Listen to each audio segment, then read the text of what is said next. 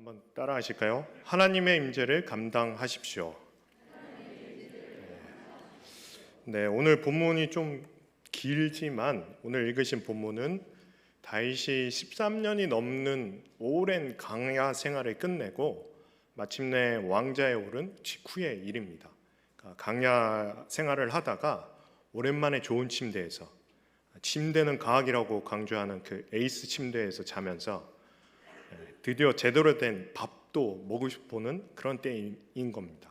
그러니까 다윗이 이제 무슨 소원이 있냐 싶습니다. 네, 그런데 그때부터 오히려 불안한 것이죠. 모르는 사람들은 이제 왕이 되었으니까 고생 끝 행복 시작이라고 하겠지만 왕이라는 자리가 좋아 보이지만 결코 그렇지 않죠. 가시방석입니다. 나라가 아직 불안정하고 사방이 적들 투성이었습니다. 광야 때도 힘들었지만 광야를 지나서 자리를 지키는 것도 엄청난 부담이었습니다. 그렇게 밤잠을 못 잘 정도로 내가 왕이 된 게 맞냐 불안해하는 이 다윗을 위해서 하나님께서 4가지 신호를 주셨습니다. 첫 번째는 사울에게 충성했던 모든 장로들이 와서 자발적으로 왕관을 다윗에게 바쳤습니다. 두 번째는 그때까지 난공불락으로 여겨졌던 예루살렘 성을 단 하루 만에 떨어뜨린 것이죠. 또 셋째는 막강한 해양 왕국인 두로의 왕이 자진해서 최고의 목재를 가지고 왕궁을 지어줬습니다. 네 번째는 다윗이 새 왕이 되었다는 말을 듣고 몰려온 이 이스라엘의 최대 라이벌 블레셋의 대군이 전멸당합니다. 이 4가지 사건을 통해서 모든 사람들 앞에서 하나님께서 자신이 기름 부은 종 이 다윗의 권위를 지켜주셨습니다. 여러분, 권위는 하나님이 주신 힘으로 입증하는 거지 내가 왕이니까 인정하라고 소리를 질러서 입증하는 게 아닙니다. 긴가민가한 게 하나님의 왕으로 세우시는 것이 아닙니다. 그렇게 왕위에 오른 다윗이 가장 먼저 뭘 했습니까? 어떤 사람들은 왕이 되자마자 자기 정적들, 원수들을 다 처리합니다. 나를 위한 기념비를 세우고 또 왕궁을 세우고 이런 걸 합니다. 그런데 다윗은 오늘 본문 3절에 다윗이 처음으로 하는 일이 나옵니다. 우리 3절 함께 읽어볼까요? 함께 읽겠습니다. 우리가 우리 하나님의 궤를 우리에게로 옮겨오자 사울 때에는 우리가 궤 앞에서 묻지 아니하였느니라 하매. 하나님의 궤, 이거는 하나님의 임재를 상징하는 것이었습니다. 그러니까 십계명, 아론의 쌍난 지팡이, 만나가 들어있는 궤입니다. 그런데 이스라엘 백성들이 약속의 땅으로 들어온 뒤에 세월이 흘러 풍요로운 물질문명에 빠지면서 이 하나님의 궤를 방치해버렸습니다. 먼지로 쌓여 있다가 블레셋이 이제 몰려오니까 비로소 그때 궤를 가지고 전쟁터로 나갔습니다. 갖고 나가면 이길 줄 알았는데 참패를 당합니다. 심지어 빼앗기기까지 합니다. 이스라엘은 충격을 받았죠. 아니, 하나님의 궤를 가지고 나갔는데 우리가 왜 졌을까? 하나님의 성스러운 궤를 블레셋이 갖고 가는 걸 하나님께서 어떻게 용납하실 수가 있지? 이스라엘 사람들의 착각이 그거였습니다. 법궤는 급할 때 승리 수단으로 써먹는 부적이 결코 아닙니다. 하나님의 말씀을 순종하지도 않으면서 축복만을 구하는 도깨비 망망이처럼 써먹으려고 하는 못된 신분은 결코 하나님의 기름 부으심이 임할 수가 없습니다. 그래서 하나님의 임재가 떠난 법궤는 그 궤는 블레셋 사람의 손에 넘어간 것이죠. 그 다음에 어떻게 됐을까요? 블레셋은 의기양양하게 자기들의 신전, 이 다곤 신전으로 가져가서 하나님의 궤를 그 신상 발 밑에 내려놓습니다.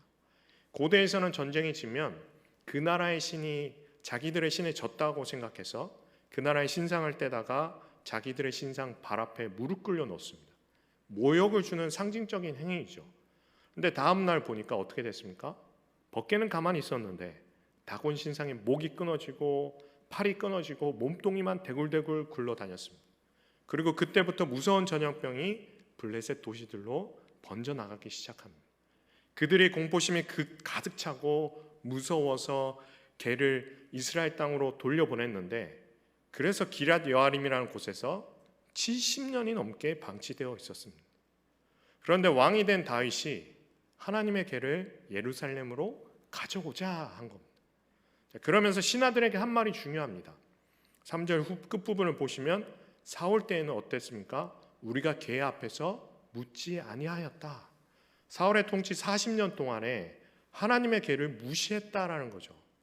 사울도 하나님께서 기름 부어 세운 사람이었는데 하나님의 힘으로 왕이 되고 나서는 인간의 힘으로 다스렸다는 게 문제였습니다. 하나님의 아무것도 아닌 사람을 왕위에 세워주셨는데 사울은 왕이 된 다음부터 세상 왕과 똑같이 행동했습니다. 한 번도 하나님의 계 앞에서 묻지 않았다라는 말은 무엇이겠습니까? 한 번도 하나님의 임재 앞으로 가서 기도하며 울부짖으며 국가 중대사를 결정한 적이 없다는 말입니다. 하나님과 동행하지 않았다는 것이죠. 사울에게 있어서 하나님은 늘 급한 때만 어떤 사람을 통해서 선지자 사무엘을 허겁지겁 불러서 찾는 정말 119 같은 존재였을 뿐이지 항상 하나님과 동행하는 사람이 아니었습니다. 이게 다윗과 사울의 차이점입니다. 훗날 다윗을 가리켜서 하나님의 마음에 합한 사람이라고 했습니다. 그런 다윗이 완벽한 사람이어서가 아니라 다윗도 정말 눈뜨고 못 볼, 성경에 다 기록되어 있지 않습니까? 그 실수와 실패를 많이 한 사람인데 왜 그런 인정을 받았냐면 다윗이 항상 하나님의 임재 앞에 있었던 사람이었기 때문입니다. 잘 되든 못 되든 항상 하나님과 동행하면서 모든 것을 결정하는 사람이었습니다. 광야 생활 중에서도 다윗은 항상 하나님과 교제했고 그 수많은 광야 생활에서 기록한 시편들이 다 다윗의 광야 큐티 노트인 것이죠. 이제 왕이 된 다윗은 힘이 생겼으니까 공식적으로 하나님의 궤를 예루살렘으로 모셔와서 이제는 자기뿐만 아니라 모든 백성들이 함께 예배하면서 또 기도하면서 하나님의 임재 앞에 머물러 있기를 원했습니다. 세상 그 무엇보다 하나님의 임재 앞으로 들어가는 것을 가장 중요하게 생각했기 때문입니다. 여러분, 이게 복의 비결입니다. 이게 기름 부으심이고 이게 능력의 비결입니다. 이것이 죽을 고비에서 살아나는 비밀입니다. 이어서 본문 4절 말씀을 한번 함께 읽겠습니다. 무백성의 눈이 이 일을 좋게 여김으로 온 회중이 그대로 행하겠다 한지라. 아멘. 모든 백성들이 걔를 예루살렘으로 가져오자는 다윗의 얘기를 듣는 순간 아마도 모두 머리가 쇠망치로 얻어맞은 것 같았을 겁니다. 사실 이들의 마음에도 체한 것처럼 뭔가 다 걸려 있었겠죠. 막혀 있었겠죠. 전설처럼 들었던 이 70년 전의 법궤 얘기가 생각나면서 성령께서 그들을 붙잡으신 거죠. 이 하나님의 궤, 이 법궤가 하나님의 임재였구나. 우리에게 하나님의 임재가 없었구나. 영적인 회복이 필요하구나. 하나님의 임재가 없었으니까 블레셋이 우리를 우습게 봤구나. 나라가 살기 위해서는 이 하나님의 궤를 모셔와야 되겠구나. 하나님의 임재로 우리가 들어가야 되겠구나. 그러니까 온 회중이 그대로 행하겠다고 순종한 것입니다. 다윗은 권력도 손에 쥐었고 좋은 궁궐도 있고 사람들의 인기와 지지도 한 몸에 받았지만 이런 것들은 다 순식간에 사라진다는 것을 알고 있었던 것 같습니다. 그래서 모든 것을 가졌지만 행복하지 않았고 하나님에 대한 갈망이 있었습니다. 그러나 하나님의 임재가 없으면 이 모든 것이 의미가 없다는 것을 알았습니다. 여러분도 하나님 다윗의 목마름을 본받아야 될 것입니다.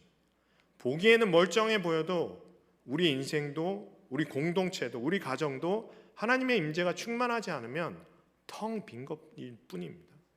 하나님은 식욕 없는 사람에게 억지로 먹이시지 않습니다. 은혜를 원한다면 은혜에 목말라야 해야 합니다. 부흥을 원하십니까? 부흥을 갈망하셔야 됩니다. 하나님의 임재를 원한다면 하나님의 임재 안에 나를 활짝 열어야 합니다. 그래서 오순절 다락방처럼 내 안에 충만하게 들어오시는 것이죠. 이제 5절에서 다윗이 애굽의 시월 시내에서부터 하맛 어기까지 온 이스라엘 백성들을 불러 모으고 또 6절에 보면 다윗이 온 이스라엘을 거느리고 온 이스라엘 그러니까 총동원령을 내렸는데 사무엘 하에 보면 무려 3만 명의 사람을 뽑았습니다. 각 지파의 최고의 인물들을 뽑아서 이 하나님의 궤를 수송하는 수송단을 구성한 것이죠. 사실 수십 명 보내면 간단히 날라올 수 있는 문제였는데 우리나라 택배 기사분들 부르시면 금방 가져올 수 있는 문제인데 말이죠. 근데 국가의 역량을 총동원한 것입니다. 3만 명을 동원하니 이거 좀 낭비가 아닌가 싶습니다. 그런데 여러분, 예배란 거룩한 낭비입니다. 나의 가진 모든 것을 동원해서 드리는 것입니다. 마리아가 값비싼 향유가 든 옥합을 깨뜨렸듯이 내가 가장 귀한 것을 나의 온 힘을 동원해서 드리는 것이 예배고 헌신입니다. 우리 자녀가 대학 갈 때는 가위 선생님을 붙이고 학원에 보내고 모든 정보를 다 수소문해서 전력 투구하는데 예배는 너무 대충 드리시지 않습니까? 그러나 예배야말로 우리가 가진 최고를 드려야 하는 중요한 일입니다. 쓰다 남은 시간을 예배 드리면서 하늘의 문이 열리기를 기대한다? 절대 열리지 않습니다. 그래서 바리새인들에게는 하늘의 문이 열리지 않았습니다. 여러분, 다윗은 그렇지 않았습니다. 그는 최고를 하나님 앞에 바친 사람이었습니다. 오늘 본문 8절 말씀을 한번 보시죠. 함께 읽겠습니다. 다윗과 이스라엘 온 무리는 하나님 앞에서 힘을 다하여 뛰며 노래하며 수금과 비파와 소고와 재금과 나팔로 연주하니라. 아멘. 축제였습니다. 예배를 축제로 드렸습니다. 모든 클래식 챔버와 밴드가 총동원돼서 하나님의 궤 앞에서 춤을 추면서 기쁨에 젖었던 것입니다. 하나님의 임재가 온다는 소식만으로도 좋아서 이렇게 축제를 벌였던 것이죠. 교회는 회개의 눈물이 넘치는 곳이면서 하나님의 임재로 오는 기쁨이 가득 찬 곳이어야 할 줄로 믿습니다. 우리 예배 시간을 통해서 하늘의 기쁨이 회복되는 것이라는 거죠. 예배 드림으로 여러분 속에 있는 모든 것들이 폭발하면서 슬픔과 패배감과 원망과 절망과 미움과 분노가 썰물처럼 다 빠져나가는, 물러나가는 역사가 일어나는 것입니다. 자, 그런데 사건이 터졌습니다. 그게 이제 오늘 말씀의 제목이 나오는 사건인데요. 9절에서 10절 말씀을 다시 한번 우리 함께 읽겠습니다. 기돈의 타작 마당에 이르러서는 소들이 띠므로 웃사가 손을 펴서 궤를 붙들었더니 웃사가 손을 펴서 궤를 붙들므로 말미암아 여호와께서 진노하사 치심에 그가 거기 하나님 앞에서 죽으니라. 아멘. 이 본문을 사실 그냥 읽으면 이렇게 생각할 수 있습니다. 웃사가 뭘 잘못했지? 소에 싣고 가다가 흔들려갖고 걔가 땅에 떨어지게 생겼어요. 걔 암 잡으면 하나님의 궤가 망가지고 흑투성이가 되고 깨질 수도 있으니까 웃사가 잡았는데 하나님께서 화가 나서 죽였습니다. 이걸 성경 배경 지식이 없이 보면 하나님 굉장히 예민하신 분이시구나, 왜 이러시냐 도대체, 아니 궤가 흔들려서 땅에 떨어지는 것을 막은 웃사의 행동은 칭찬받아 마땅할 거 아닌가? 사실은 이건 웃사의 잘못이 아니라 다윗의 잘못으로 시작됐습니다. 하나님의 궤를 어떻게 운반해야 되는지에 대해서 모세의 율법에 잘 나와 있습니다. 민수기 4장 15절 말씀을 한번 보실까요? 함께 읽겠습니다. 진영을 떠날 때 아론과 그의 아들들이 성소와 성소의 모든 기구 덮는 일을 마치거든 고앗 자손들이 와서 맬 것이니라. 그러나 성물은 만지지 말라. 그들이 죽으리라. 해막 물건 중에서 이것들은 고앗 자손이 맬 것이며. 아멘. 자, 두 가지가 있죠. 하나님의 궤는 첫째, 소가 끄는 수레로 가는 게 아니라 사람이 매야 된다. 그리고 사람도 아무나 매는 게 아니라 구별된, 성별된 레위지파 중에서도 고앗 자손이 매는 거다라는 겁니다. 그런데 오늘 7절에 보니까 다윗은 하나님의 궤를 쇠수레, 그러니까 요즘으로 말하자면 신형 제네시스로 옮기려고 한 거죠. 그리고 웃사와 아이오라는 아주 민첩한, 운전을 잘하는 호송관을 붙였는데 이런 막중한 책임을 다윗이 믿고 맡길 만큼 세상적으로 똑똑하고 뛰어난 인물이었을 겁니다.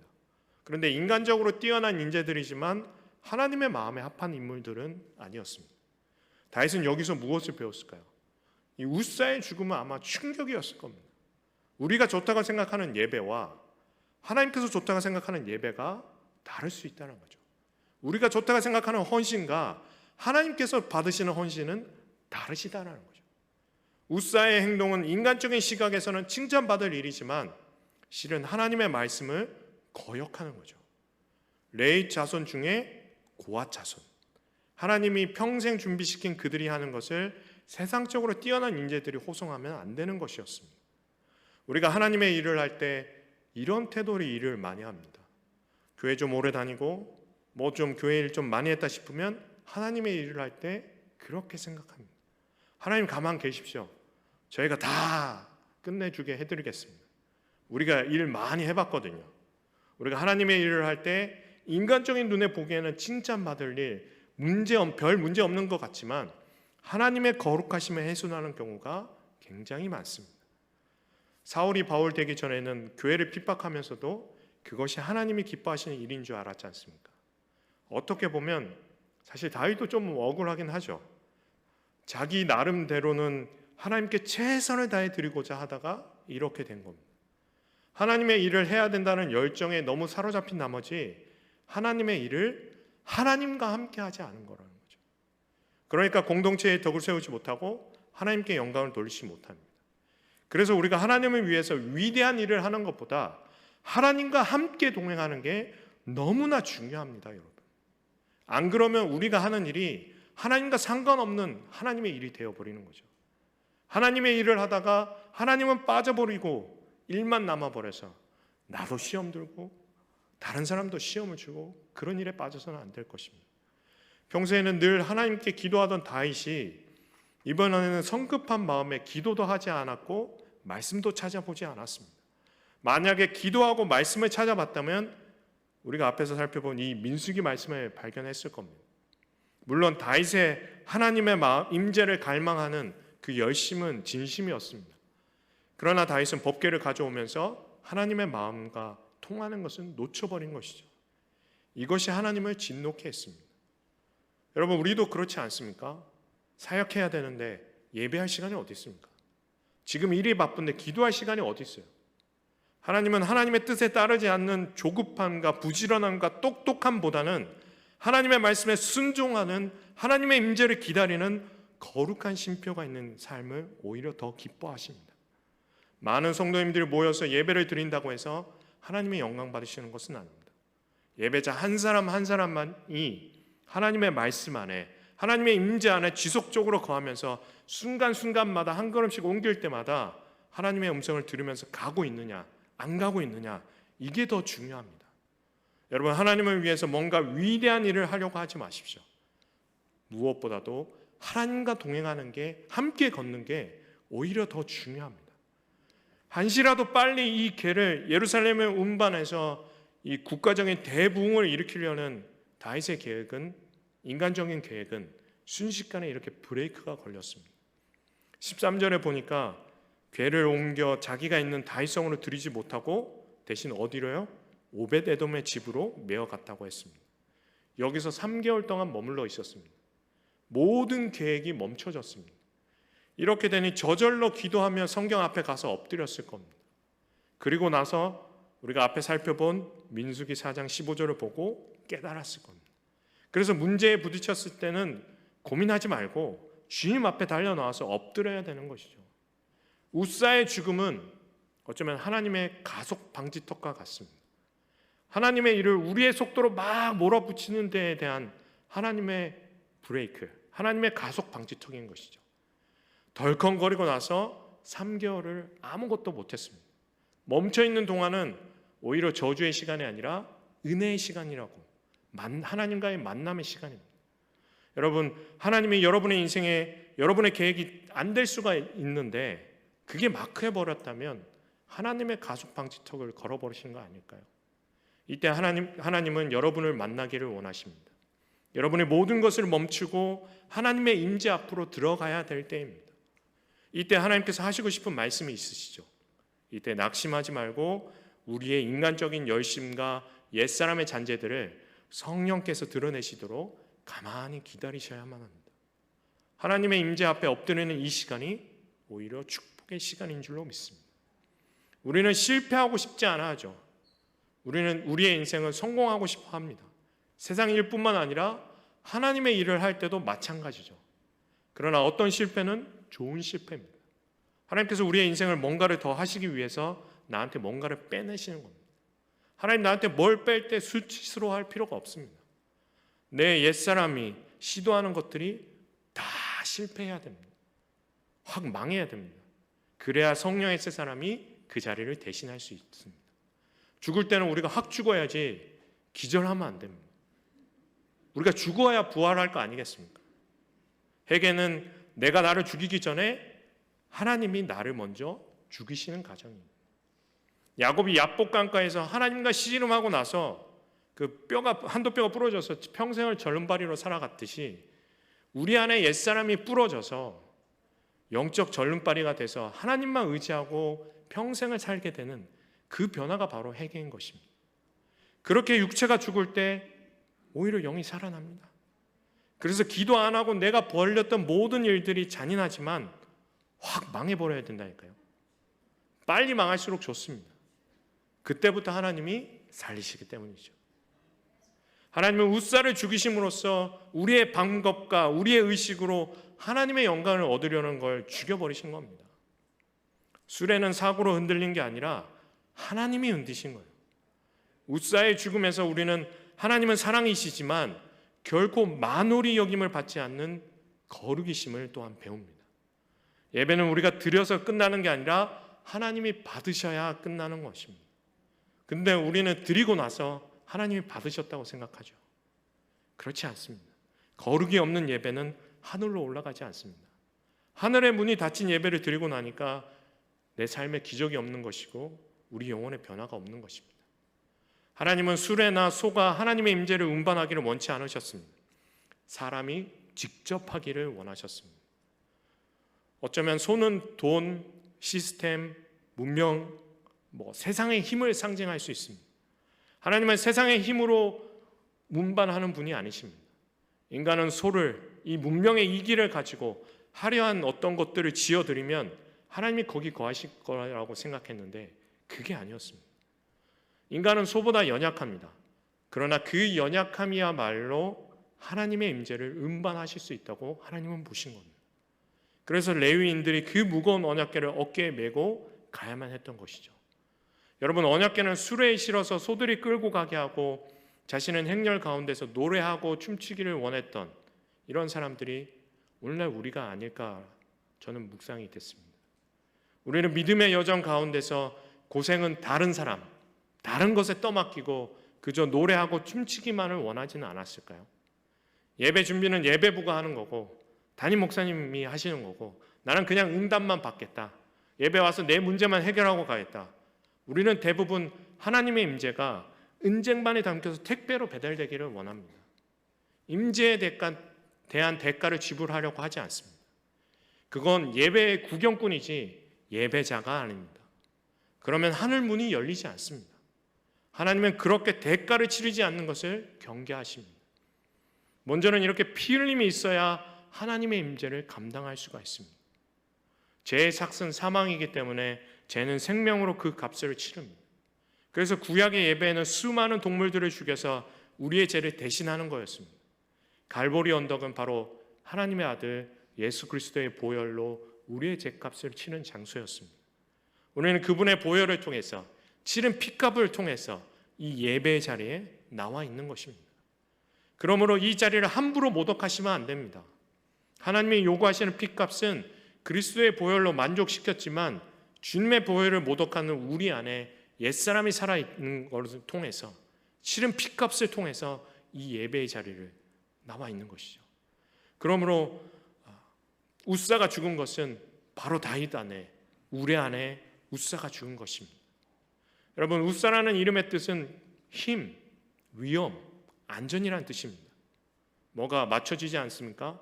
인간의 힘, 인간의 위험, 인간의 안전장치 모두 하나님의 임재 앞에 죽어야 되는 것이죠. 그래야 하나님의 임재가 제자리를 찾는 것입니다. 하나님은 우리 안에 웃사가 살아있는 상태로 하나님의 임재를 맡게끔 절대 허락하지 않았습니다. 어떤 사람은 그래도 웃사가 잡지 않았으면 이 언약궤가 땅에 떨어졌을 거라고 그러니까 칭찬받아야 마땅하지 않냐?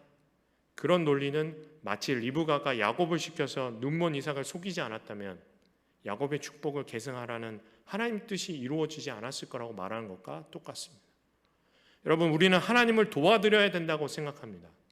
웃사가 하나님을 도와드리는 거라고 생각합니다. 아니죠. 웃사가 잡지 않았더라도 하나님의 영광은 하나님이 지키셨을 겁니다. 여러분, 우리가 도와드리지 않아도 하나님은 역사하십니다. 지금 설교, 찬양, 기도 이런 거 멈춰도 하나님의 임재가 임한다면 하나님은 역사하십니다. 하나님의 임재가 하실 수 있습니다. 교회사에 나오는 수많은 부흥들은 찬양하기 전에, 설교자가 단에 서기 전에 이미 다 끝나 있었습니다. 그 공간 안에 있는 하나님의 임재 앞에 다들 부들부들 떨며 엎드리고 하나님의 영광을 찬양하기 시작했었던 것이죠. 우리는 우리가 하나님을 도와드려야 된다고 생각하면 됩니다. 사역하면서 내 찬양 듣고 사람들이 은혜 받는구나, 내 기도 듣고 은혜 받는다, 그게 아니라는 거죠. 그게 웃사적인 마인드입니다. 하나님께서는 오히려 개를 흔드셔서 하나님의 거룩을 회복시키신 겁니다. 경고를 주신 것이죠. 너의 인간적인 예배와 헌신을 당장 멈춰라. 하나님은 웃사를 죽이시면서 우리 안에 회개하라는 명령을 보내고 계신 겁니다.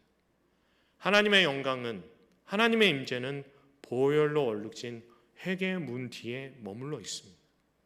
하나님의 임재를 체험하기 원한다면 반드시 회개의 문을 통과해야 되는데 그 회개의 문은 죽음으로 통과하는 겁니다. 우리도 모르고 있던 죄를 성령께서 일구어 주실 때 통렬하게 회개하면서 하나님의 보혈을 뒤집어 쓰고 나와야 우리는 하나님의 임재를 감당할 수 있는 것입니다. 그리고 피 흘림과 함께 하나님은 땀을 요구하십니다. 내게 가장 가치 있는 것을 희생해야 되는 것이죠. 언약궤가 예루살렘으로 들어오기 위해서 편하게 앉아서 소를 몰면서 소한테 일 시키면서 갈 수는 없습니다. 하나님의 임재는 사람이 감당해야 되는데 우리는 소를 시키지 않습니까? 컴퓨터를 시키고 시스템을 시킵니다. 조직을 시킵니다. 하나님이 다 하실 거라고 생각합니다. 소가 수레를 끌면 효율적이고 빠르니까 하나님 기뻐하시겠지. 절대 아닙니다. 하나님은 우리의 피와 땀을 기대하십니다. 헌금도 우리가 세상에서 땀 흘려 일한 대가로 드리는 것이죠. 로또 당첨돼서 헌금하겠다, 11조 하겠다, 그런 건 아니지 않습니까? 헌금은 세상에서 땀 흘려 억울한 소리 들어가면서 노동한 대가 중에서 드리는 거지 않습니까? 그렇게 드리는 겁니다. 진정한 예배에는 정직한 땀과 눈물이 들어있는 것이죠. 예수님께서도 땀이 피같이 되도록 겟세마네에서 기도하셨는데 그때 하나님의 임재로 충만해지셨는데 왜 우리는 기도의 땀을 흘리지 않고 그냥 응답받으려고만 할까요? 하나님의 임재의 궤가 들어오기 위해서는 레위인들의 땀이 흘려져야 됐듯이 만약 하나님의 임재가 오늘 우리 교회 안으로, 내 가정 안으로, 내 안으로 들어오고 있다면 누군가가 그 임재를 위해서 피와 땀을 흘린 것입니다. 누군가의 기도의 땀을 흘렸고 섬김의 땀을 흘렸고 재물의 땀을 흘렸습니다. 그래서 부흥으로 이르는 길은 장밋빛 주단을 낀 길이 아니라 하나님의 사람들이 흘린 피와 땀으로 범벅되어 있는 길입니다. 사랑하는 여러분, 지금 행위로 하나님의 부흥을 끌어낸다고 말하는 게 아닙니다. 가난하고 절박한 마음으로 하나님을 갈망하셔야 됩니다. 하나님의 임재를 막기 위해서 어떤 대가도 치르겠다는 그 마음, 그 어떤 인간적인 방법도 동원하지 않고 오직 하나님의 계획에 모든 것을 맞추고 어떤 피와 땀의 대가도 치를 각오를 하는 정직한 예배자에게, 정직한 교회에게 하나님은 임재하십니다.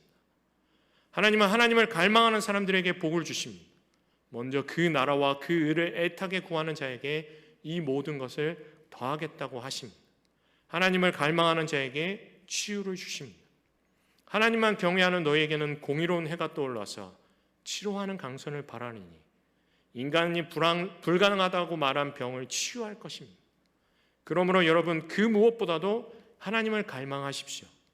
그 하나님을 모셔오기 위해서 여러분이 레위인이 되십시오. 기도에 피와 땀을 치르고 내 안에 있는 웃사 같은 옛사람을 죽여버리는 회개, 또 상처를 극복하고 나서 하나님은 우리에게 오시는 것입니다.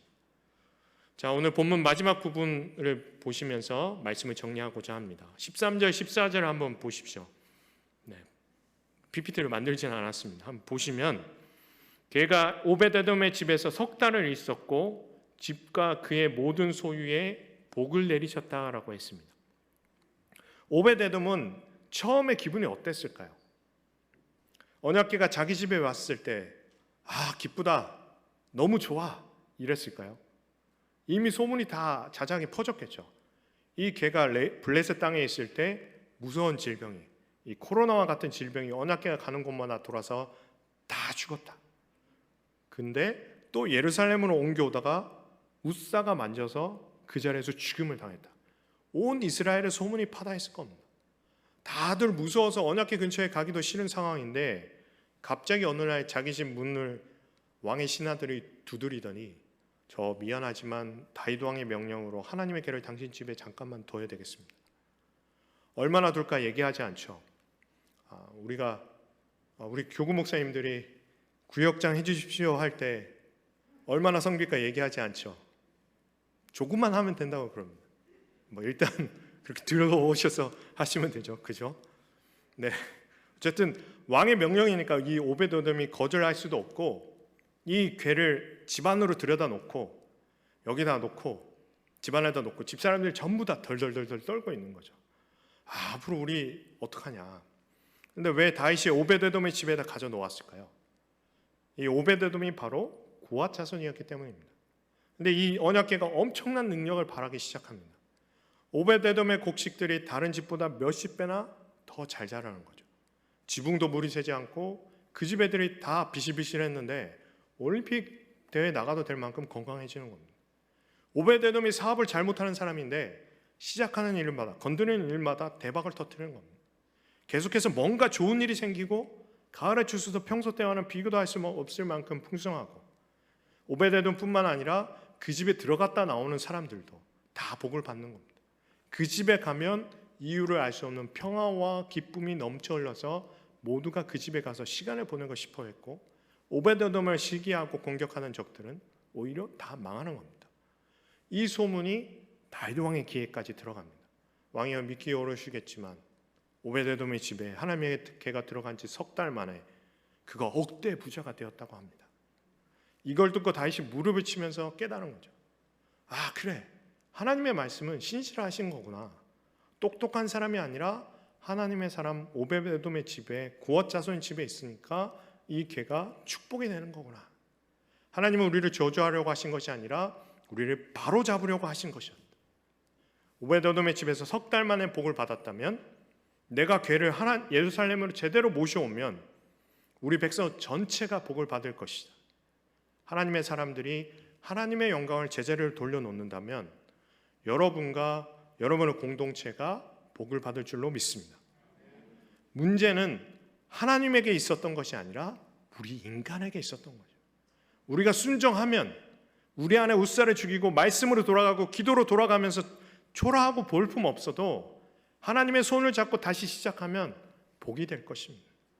반면에 불순종한 생각, 인간적인 생각, 웃사가 살아있는 그 생각으로는 하나님의 일을 하면 우리는 망할 겁니다. 하나님의 방지턱에 걸려서 이 3개월이라는 그 기간은 하나님께서 나를 연단하시는 시간입니다. 그걸 거쳐 나오면서 거룩을 회복한 사람에게 하나님의 임재는 이 오베데돔의 집에 내린 복처럼 엄청난 복으로 임하게 될 것입니다. 근데 여러분 이걸로 끝이 아닙니다. 그 후에 역대상 15장 16장 이렇게 쭉 보시면 오베데돔의 집에서 언약궤가 나가고 나서 거기서 끝나야 되지 않습니까?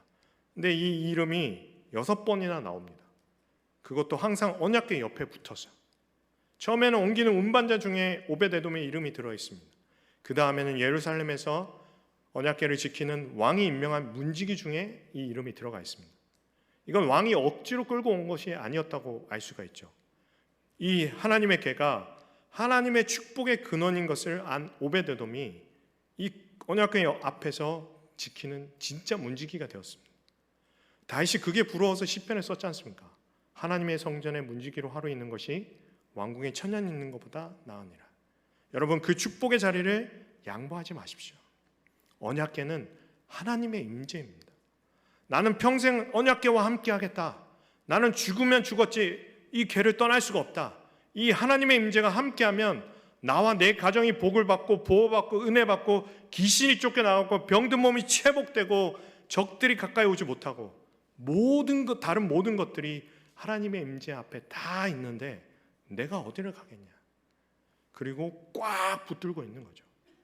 여러분도 그렇게 하나님을 붙드셔야 될 줄로 믿습니다. 하나님의 임재의 복이 뭔지를 아는 사람은 한 번 붙잡은 다음에 절대 놓지 않습니다.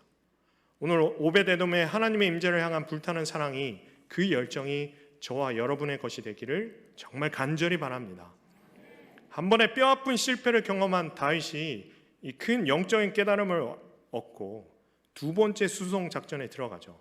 레위 자손은 처음 다윗이 호송관으로 지명한 우사보다는 세상적인 스펙은 좀 떨어지는 사람들이었을지 모릅니다.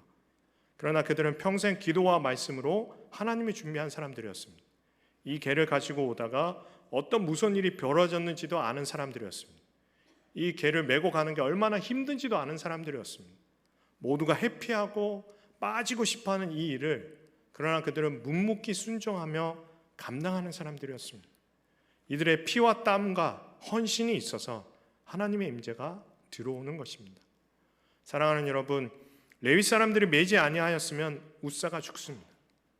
레위 사람들, 하나님의 선택한 사람들이 매야 되고 영적인 수고를 감당해야 되는 것입니다. 피와 땀을 흘려야 되는 것이죠. 이 레위 사람들이 누구겠습니까?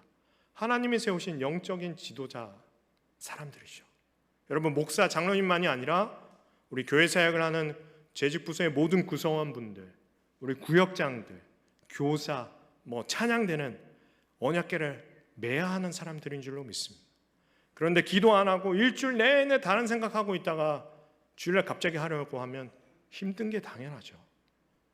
그렇게 버티다가는 탈진될 겁니다. 여러분이 각자의 자리에서 사역을 하실 때 언약궤를 메고 들어오셔야 됩니다. 피와 땀의 대가를 지불하고 와야 되는 것이죠. 하나님은 여러분의 목소리를 오디션 보는 것이 아니라 영혼의, 마음의 오디션을 보시는 겁니다. 여러분의 영혼에 언약궤를 메는 레위 사람들처럼 회개가 있어야 되고 기도의 눈물을 쌓으셔야 되고 정직한 피와 땀이 어느 정도 쌓여야 부흥의 불길은, 하늘의 문은 열리는 것이고 퍼지는 것입니다. 여러분, 원래 팀장을, 구역장을, 교사를 어떻게 하시겠습니까? 1년 동안에 피와 땀의 언약궤를 메지 않으시겠습니까? 공짜로 얻으려고 하지 마십시오. 매는 건 소를 시키고 단물 빨아먹으려고 하지 마십시오. 하나님의 얼굴을 구하시는 게 아니라 하나님의 손만 바라보고 있지는 않습니까? 하나님이 내 문제를 해결하면 우리는 다시 그분의 임재를 맞이하면 되는 겁니다. 그래서는 하나님의 은혜의 창문이 열리지 않습니다. 사랑하는 여러분, 우리가 정직한 피와 땀을 흘릴 수 있기를 바랍니다. 마침내 하나님의 언약궤가 들어오던 날 다윗이 기뻐서 어쩔 줄 모르면서 백성들과 함께 춤추며 뛰놀았다는 것을 알고 있습니다.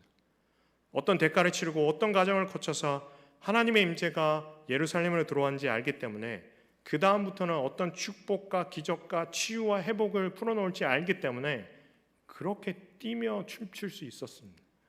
이 다윗의 기쁨에 동참할 수 있는 사람들은 언약궤를 맨 레위인들이죠. 그 먼 거리를 계속 땀을 흘리며 피를 흘리며 제사를 드리면서 어깨가 부서지도록 왔던, 피와 땀의 대가를 치른 그들은 팔짱을 낀 구경꾼들과는 다르게 진정한 하늘의 기쁨에 동참할 수 있었던 것입니다. 다윗은 영적인 핵심이 뭔지를 아는 사람이었습니다. 왕으로서 정치, 경제, 국방, 교육 여러 가지 해결해야 될 문제들이 산적해 있지만 그 모든 것은 하나님의 임재가 들어와야 해결된다는 것을, 먼저 그 나라와 그 의를 구해야 모든 것이 풀린다는 것을 잘 알고 있었기 때문입니다. 언약궤가 들어와야, 임재가 들어와야 어둠을 물러가고 빛이 들어오고 절망이 지나고 소망의 새 시간이 된다는 것을 알았습니다. 여러분도 그걸 알고 계십니까? 오늘 여러분의 자리에 하나님의 임재가 들어와야 합니다. 우사가 죽어야 되는데, 언약궤가 들어와야 되는데 여러분은 감당할 자신이 있으십니까? 지금 여러분에게 문제가 있는 분들, 걱정, 근심 때문에 밤에 잠이 안 오십니까? 머리가 너무 아프십니까? 하나님의 궤가 들어오면 괜찮습니다. 하나님의 임재 앞에 엎드리면 해결될 것입니다. 그런 확신을 가지시고 우리 공동체 안으로, 우리 교회 안으로, 내 가정 안으로 하나님의 임재를 들이십시오. 그 임재를 감당할 수 있는 모든 성도님들과 특별히 예배를 위해서 헌신하는 우리 모든 예배부 지체분들 되시기를 주님의 이름으로 축원합니다. 함께 기도하겠습니다. 하나님 은혜를 감사합니다. 주님, 오늘 전설로만 듣던 하나님의 임재를 우리가 체험하기를 원합니다.